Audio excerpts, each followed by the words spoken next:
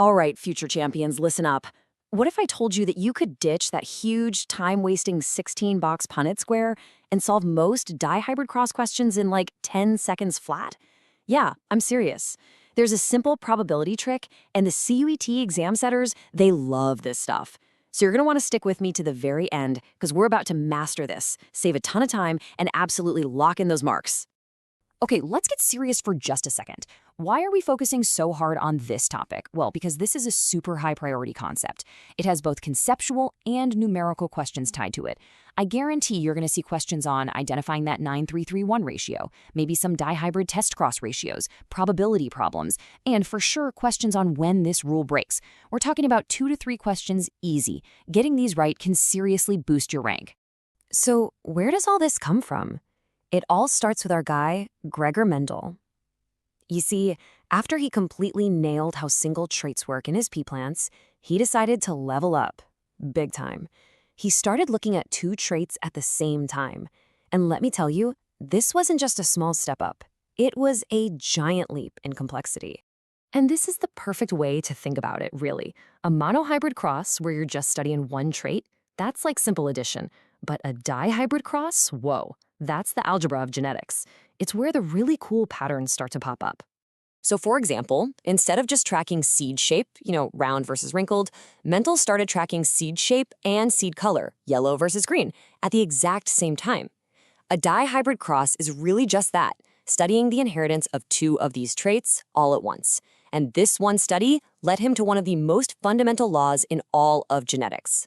Now, let's talk about the classic, old-school way of solving these problems. The big, kind of scary 16-box Punnett square. This is the method that takes forever and where it's just so easy to make one tiny mistake that costs you big marks. So here's the setup. Mendel starts with a pure-breeding round and yellow plant, that's RRYY, and crosses it with a pure-breeding wrinkled and green plant, little r, little r, little y, little y. The first generation, the F1, they're all identical hybrids, big R, big Y, little y. And they all show the dominant traits, round and yellow.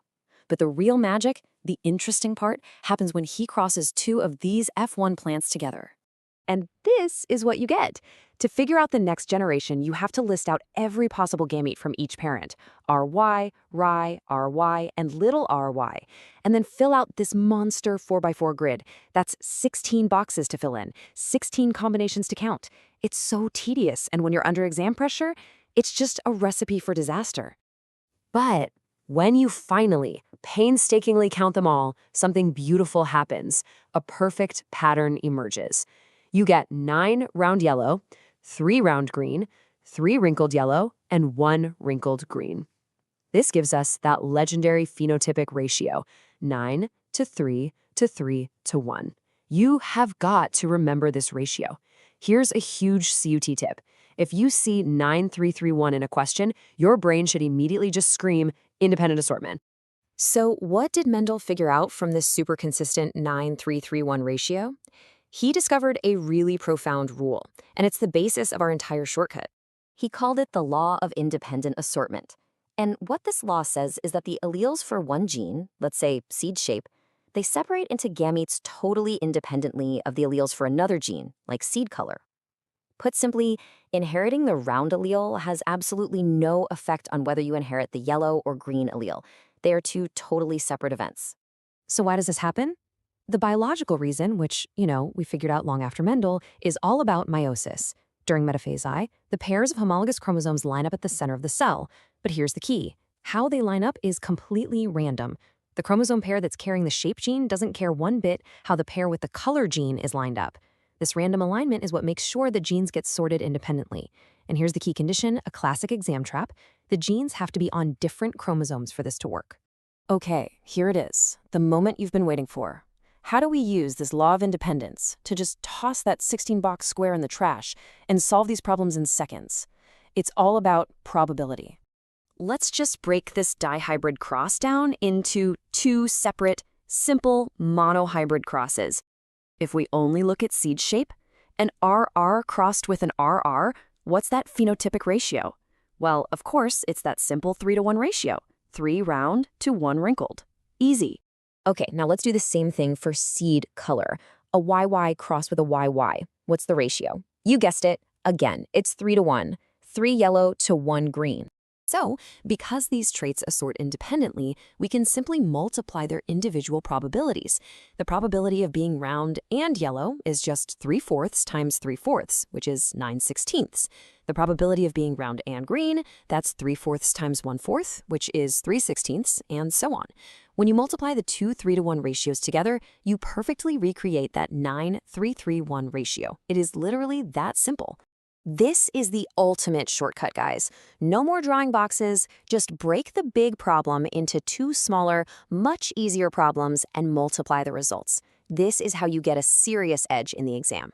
But, like any good rule in biology, you know there have to be exceptions. So what happens when independent assortment fails? This is another one of those areas that question setters absolutely love. So the rule breaks when we run into something called gene linkage. This happens when the genes for two different traits are located really close together on the same chromosome. Instead of sorting independently, they tend to get inherited together as a single unit, almost like they're physically tied to each other. And when that happens, our awesome probability shortcut, it just doesn't work anymore. So here's your big exam clue.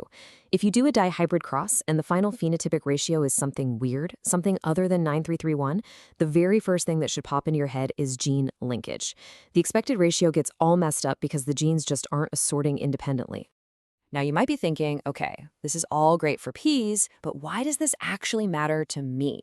Well, the answer is these principles are totally fundamental to modern biology and have huge real-world applications. We use these rules every single day in agriculture for plant and animal breeding, creating hybrid crops that have multiple good traits, like being high yield and drought resistant. And, crucially, in medical genetics, these exact same principles are used in genetic counseling to predict the probability of a child inheriting genetic diseases from their parents. So this isn't just theory, it's a tool that shapes our food supply and our health. So is it true? Is life's incredible, infinite variation really governed by such simple mathematical rules? Well, to a surprising extent, yeah. And mastering these rules is exactly how you're going to crush the genetics section in your exam. So before we finish up, let's lock all this in with a full workout. Some memory tricks, practice questions, common mistakes, and a super fast final revision. First up, a quick memory trick. For a monohybrid cross, the ratio is simple, right? 3 to 1. For a dihybrid cross, just think of it as squaring the monohybrid. 3 to 1 times 3 to 1, which gets you to our famous 9-3-3-1. And what about a dihybrid test cross? Just think 4 types, 4 equal parts. So the ratio is 1-1-1-1. Simple as that. All right, practice time. Get your pens ready. I'm going to read each question, and I want you to hit pause and try to solve it yourself. Let's do this.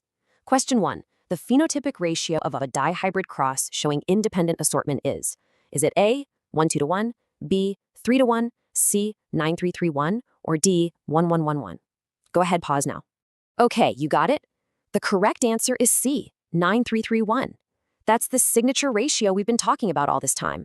Question 2, fill in the blank. In a dihybrid test cross, the phenotypic ratio is it A, 9-3-3-1, B, 1-1-1-1, C, 3 to 1, or D, 1-2-1? The answer is B, 1-1-1-1-1. Remember, a test cross is designed to reveal all the possible gametes in equal proportion. Question 3, match the following on your screen. Pause the video and match list I with list I2. The correct answer is option B. The dihybrid F2 ratio matches with 9-3-3-1. The dihybrid test cross matches with 1-1-1-1-1. Independent assortment is all about that random alignment at metaphase I, and linkage is when genes are inherited together. Perfect. Last one, an assertion reason. Assertion. The probability method can replace the 4x4 Punnett square. Reason. Traits assort independently in a dihybrid cross. The answer is A. Both statements are correct, and the reason is the perfect explanation for the assertion. The only reason the probability shortcut works is because of independent assortment. Excellent work. Now listen up, this is super important. Let's talk about the common mistakes students always make. First, they write 9-3-3-1 as the genotypic ratio. No, it's the phenotypic ratio. Don't mix them up. Second, they forget the key condition. The genes must be on different chromosomes for this to work. And third, they confuse linkage with dominance. Totally different concepts. Avoid these traps. Time for a final rapid-fire revision. Let's just hit the key points. 1. Dihybrid cross means studying 2 traits. 2. The signature F2 phenotypic ratio is 9-3-3-1. 3. The dihybrid test cross ratio is 1-1-1-1-1. 4. That probability shortcut is your absolute best friend. Break it down and multiply. 5. The shortcut only works if the genes assort independently. And 6. If that ratio is all messed up, the cause is almost always gene linkage. All right, final challenge for you. Comment your score out of 4 down below. If you got 4 out of 4, you're a genetics pro. 3 out of 4, just revise that probability method one more time. And if you scored below 3, no worries. But I want you to redraw that big 4x4 square today to really nail the concept. If you mastered dihybrid crosses with me today, hit that subscribe button, because you are officially part of the team that cracks CUET with strategy. Next up, we're going to tackle the exceptions, linkage and recombination. See you then.